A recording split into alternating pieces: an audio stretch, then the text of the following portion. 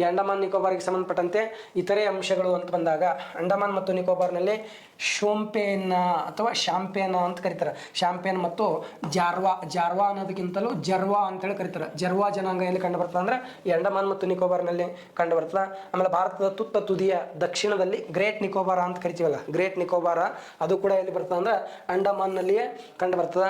ಆಮೇಲೆ ಅಂಡಮಾನ್ ಮತ್ತು ನಿಕೋಬಾರ್ ಅನ್ನು ಬೇರ್ಪಡಿಸಿದ್ದು 10 ಡಿಗ್ರಿ ಚಾನಲ್ ಅಂತ ಈಗಲೇ ಹೇಳಿದೆ. ಆಮೇಲೆ ಉತ್ತರ ಅಂಡಮಾನ್ ಮತ್ತು ದಕ್ಷಿಣ ಅಂಡಮಾನ್ ಬೇರ್ಪಡಿಸಿದ್ದು ಯಾವುದು ಅಂದ್ರೆ ಡಂಕನ್ ಪ್ಲಾಸ ಅಂತ ಹೇಳ್ತಾರೆ. ಉತ್ತರ ಅಂಡಮಾನ ಮತ್ತು ದಕ್ಷಿಣ ಅಂಡಮಾನನ್ನು ಬೇರ್ಪಡಿಸುವ ಪಾಸ್ ಯಾವುದು ಅಂದ್ರೆ ಡಂಕನ್ ಪಾಸ್ ಅಂತೇಳಿ. Cellular jail important.